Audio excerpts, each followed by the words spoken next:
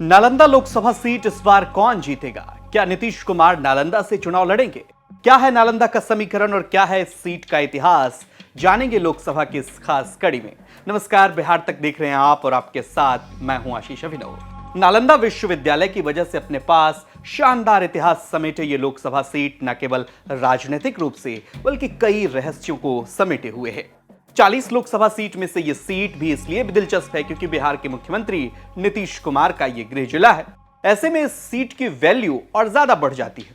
2014 में जब पूरे देश में मोदी लहर चल रही थी, उस समय भी भारतीय जनता पार्टी यह सीट नहीं जीत पाई थी। कौशलेंद्र कुमार यहां से सांसद बने थे। 2019 में भी यह सीट जेडीयू के हिस्से आई और यहां से कौशलेंद्र कुमार जेडीयू के टिकट पर जीतकर दिल्ली पहुंचे। कौशलेंद्र कुमार इस सीट पर लगातार तीसरी बार जीते। 1952 से 1971 तक इस सीट पर अगर इतिहास की बात करें तो कांग्रेस पार्टी का कब्जा रहा। वहीं 1996 में समता पार्टी के जॉर्ज फर्नांडिस ने इस सीट पर जीत दर्ज की। आगे 1998 में भी वही चुनकर संसद पहुंचे। फिर 1999 की बारी आती है और यहां से जॉर्ज फर्नांडिस एक बार फिर से जीत कर जाते हैं। लेकिन 2004 में नीतीश कुमार इस सीट से जीतकर दिल्ली पहुंचते हैं और जेडीयू के लिए यह सीट उसके खाते में आती है। लेकिन बात करते हैं जरा वामपंथी पार्टियों की। इस लोकसभा सीट पर हमेशा से वामपंथी पार्टियों की नजर रही है, दबदबा भी रहा है। जी हां, सीट पर 3 बार कम्युनिस्ट पार्टी ऑफ इंडिया ने इसे अपने कब्जे में लिया है और इस सीट पर 5 बार कम्युनिस्ट पार्टी के उम्मीदवार दूसरे नंबर पर रहे। इसलिए देखते हैं अक्सर आप कम्युनिस्ट पार्टी के लोग इस सीट पर दावा भी ठोकते हैं। इस सीट पर जहां एक तरफ नीतीश का दबदबा रहा है, वहीं दूसरी तरफ MY समीकरण यानी मुस्लिम यादव समीकरण भी खासा प्रभाव डालती है।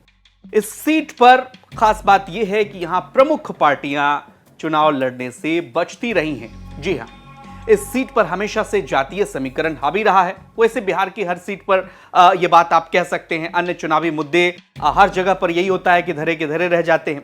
इस सीट पर कुर्मियों की बहुलता है। वहीं मुस्लिम और यादव वोट बैंक की बात करें तो यहां मजबूत स्थिति में कुर्मी वोट बैंक की बात करें तो 24% और यादव वोट बैंक और मुस्लिम वोट बैंक की बात करें तो क्रमशः 15 और 10% इनकी संख्या बताई जाती है। सवर्ण वोटर भी यहां ठीक ठाक संख्या में अच्छी खासी उनकी दखल है इस सीट पर।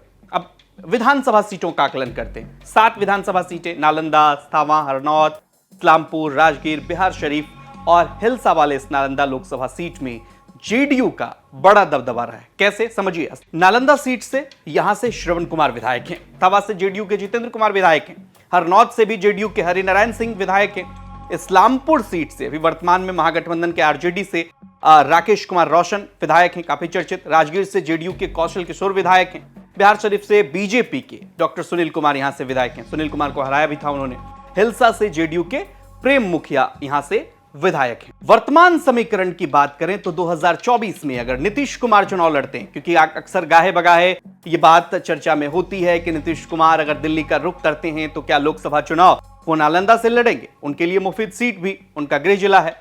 नालंदा से लड़ भी सकते हैं लोकसभा सीट से। जेडीयू के लोकसभा सांसद हैं भी कौशलेंद्र कुमार, नीतीश कुमार के लिए चुनाव लड़ने पर अपनी सीट छोड़ने की पेशकश भी कर चुके हैं। लेकिन क्या नीतीश कुमार चुनावी मैदान में उतरेंगे और बदले सियासी समीकरण में एनडीए की तरफ से कौन उम्मीदवार होगा, यह भी देखना दिलचस्प है। वर्तमान समीकरण पर आपकी क्या है राय और नालंदा की समस्याएं क्या हैं, वहां के लोग क्या सोचते हैं, यह हमें कमेंट करके जरूर बताइए। और बिहार की तमाम खबरों के लिए देखते रहिए बिहार तक। नमस्कार, मिलते हैं अगली कड़ी में।